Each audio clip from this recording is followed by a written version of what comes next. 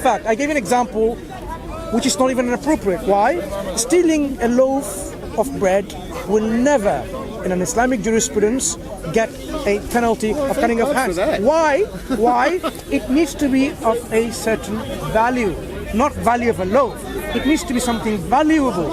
It needs to be protected. It needs to be hidden away and secure. Right. Yeah. We're going to a different area, which we didn't touch on before. Yeah, but that's the condition, though. That's the condition. There are certain extreme forms of punishment for extreme crimes. Yes. So what we're saying is... There's still debate. I mean, how about capital punishment? How many capital punishments are there in Islam?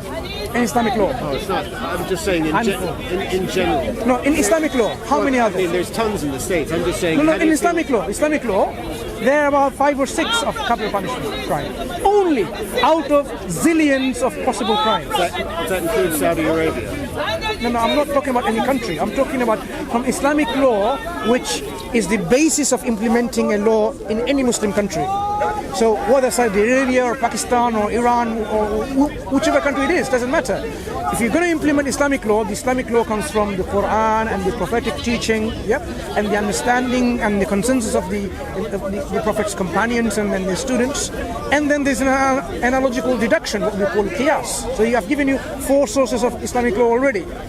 Now, what we're saying is the crime and the punishment must go hand in hand. You can't punish with a chopping of hands with stealing a loaf of bread or a lollipop. Why? It doesn't have these conditions met. The conditions are quite strict. The strict is it needs to be hidden away and secured away. That means the person who is actually stealing, he is really someone not like a normal person who's trying to steal by breaking their lock or something, who has no need of lots of these things. You didn't say that before. I thought you knew. When I brought up the issue of the rich person who I thought you knew. I assumed you knew because when we were discussing this, they should get their hands. No. My apologies. I thought you understood that already. That was my thing. Is there's a different approach to justice and mercy have to be weighed in a certain way, and it's not easy to achieve both. Taking someone's life away for getting capital punishment is not something like a trivial matter. No, it's not. It's not a trivial matter. So that's why this serious matter means the crime that they've committed is serious equally. Yeah. So if you look at the crimes that carries out this capital punishment is actually something to do with this very, very grievous in the eyes of Islam. For example, highway robbery, where it's not stealing. Someone comes along in broad daylight and commits the theft and murder at the same time, where your whole life is unsecure. You cannot even live your life in public daylight where you're threatened for your security.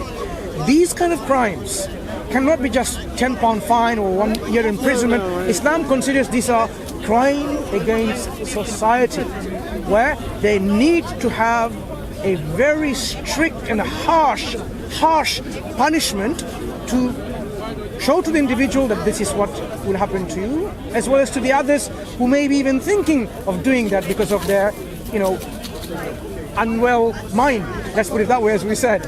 Not right. The unwell mind is obviously all cases wouldn't be this way, but I'm talking about a bit of an impulse that you can't resist. Some people, for example, the cases are what do you do with a person who can't resist their impulse? So if you look at it now, there are a lot of people who have these impulses of raping. They want to rape. They want to rape women who are not their wife or their girlfriend. They just want to rape. Okay, this impulse they have. Maybe they're psychopaths, or maybe they're conditions from the very young age of watching, all these movies or whatever, encouraging them to go about and actually trying it out and saying, even though person is not consenting, because rape is without consent, right? This is relationship without consent. Even though they're not consenting, they want to actually overpower this woman and to fulfill their desires. Now, how do we deal with these people? This conditioning didn't happen overnight. This is the Islamic understanding. These kind of mindset didn't happen just overnight, just like that. There may be 1, 2, few individuals who are actually psychopaths, where they will be trained and rehabilitated differently. They will be dealt with differently.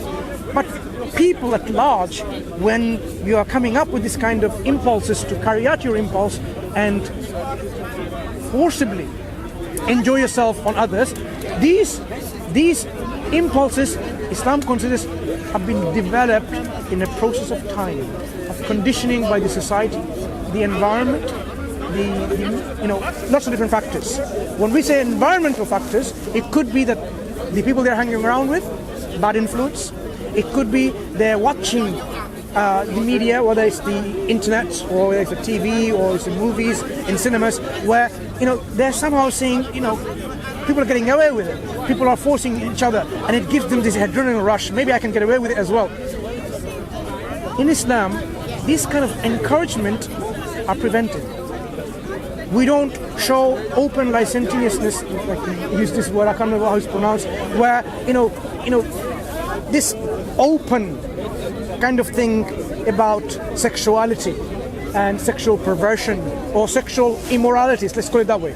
There are certain sexual moral behavior and there are sexual immoral behavior. Islam doesn't even encourage this happening in society in any form, whether it's in school, college, university, workplace, whether it's the shop that you go to, the newspaper you read, the movie you see. It doesn't encourage that. So it tries to prevent this kind of thing happening and educates at the same time, so that the individual is brought up in an understanding where no, you have no right and no business to overpower someone without their consent and their will, except when they're mutually agreeing in a form of marriage, for example.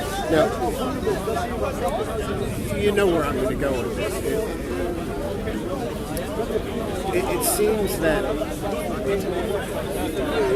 Just tell me what you think. So obviously there's been a number... I think Sweden is one place where they're saying the Islamic community is raping a lot of the girls. Islamic community, sorry, I couldn't hear you.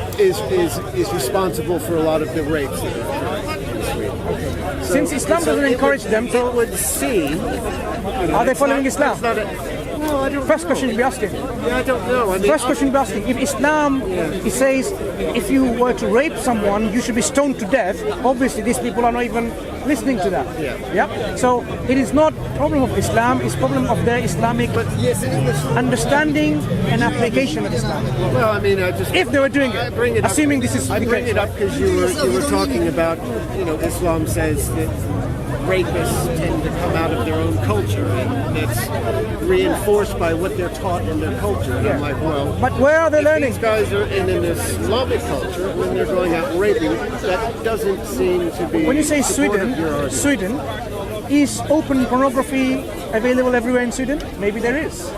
Maybe it is. Maybe they're conditioned by this openness of sexual immorality in our understanding. Yeah, and that is somehow conditioned them. They have that problem, and they have the same access to the porn. It seems that it's. I don't have figures on this. I don't know these figures anyway. But yeah, exactly. Talking from assumptions. The way the media is reporting it, I will say that there must be some credit. I would say we need to look at. The Swedes are not doing it, and the Muslims are. Give them the same access to the same pornography. But obviously, clearly, it's not a Muslim problem, or it's not an Islamic problem. It's a problem of certain individuals who are not applying Islam to them. And the question should be asked is, why aren't they applying Islam to them? What is conditioning them not to apply Islam to them when they are Muslims? Yeah, I mean, I agree with you. I mean, but you're kind of just...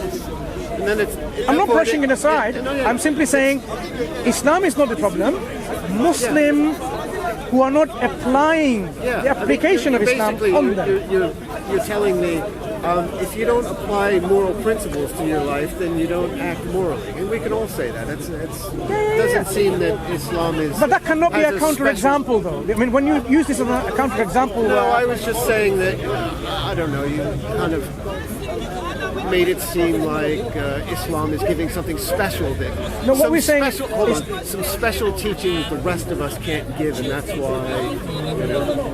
Islam gives teaching which is far-reaching for everyone to even see and compare, accept, or do whatever your society wants to do. This is your society, but Islamic society has a particular framework, and based on that framework, the society should flourish. And at that point, it did. The point Islamic society came into decline is an interesting point to study. Why did Islamic society decline at one point when it was the peak of civilization? We well know that at one point Islamic society were a peak of civilization where the East and the West, they were all going to that society to learn, to develop, to progress.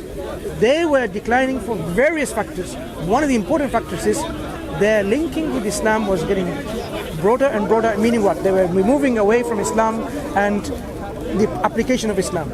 So the desires overcame many of them. The rulers became corrupt, they corrupted the people. The people became corrupt, they corrupted the ruler. So you had a vicious circle of this corruption and non-application of Islam, and eventually it came to a point where it will crumble, and it did crumble. It's a very crude way of portraying the decline of the Islamic society, but this was one of the major points in the decline, where they were removing away from the Islamic teaching, Islamic ethos, Islamic application of its values, and that's why it declined. When it was applied, prosperity, whether you were a Muslim or non-Muslim in an Islamic state, everyone was prospering. The Jewish people were prospering, the Christian people were prospering. They were in higher status in the administration and so on. That happened because the holistic application was there. Today, we don't see this kind of thing happening because Islam is not applied holistically.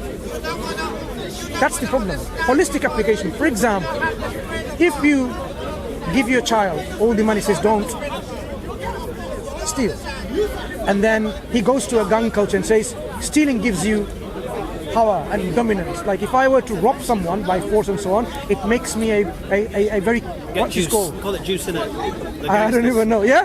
So it's not because of his stealing of property. It's because of something else. Stealing for power. For power. So that's what. So we need to impart this teaching and this understanding to our youngsters as they grow up. Because we're not doing this enough, sufficient enough, and that's why people are growing up with minds which are, as you will say, messed up. Ken's a good lad, though. Anyway, it's been nice talking to you. We'll talk again. What's your name? Ken. Ken, it's a pleasure speaking to you, and we can talk again. And look into Islam, and especially on this issue about Islamic crime and punishment, and the conditions that are needed. And then you can see, because your concept of God, you're agnostic to it, but if there was a God, you would expect the God to be just and fair. And this is where you can link that. Okay? All right. Take care again. See you. See you later.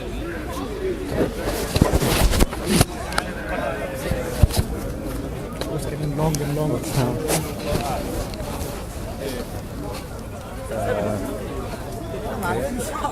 It's good, this one. Tell me it's not good.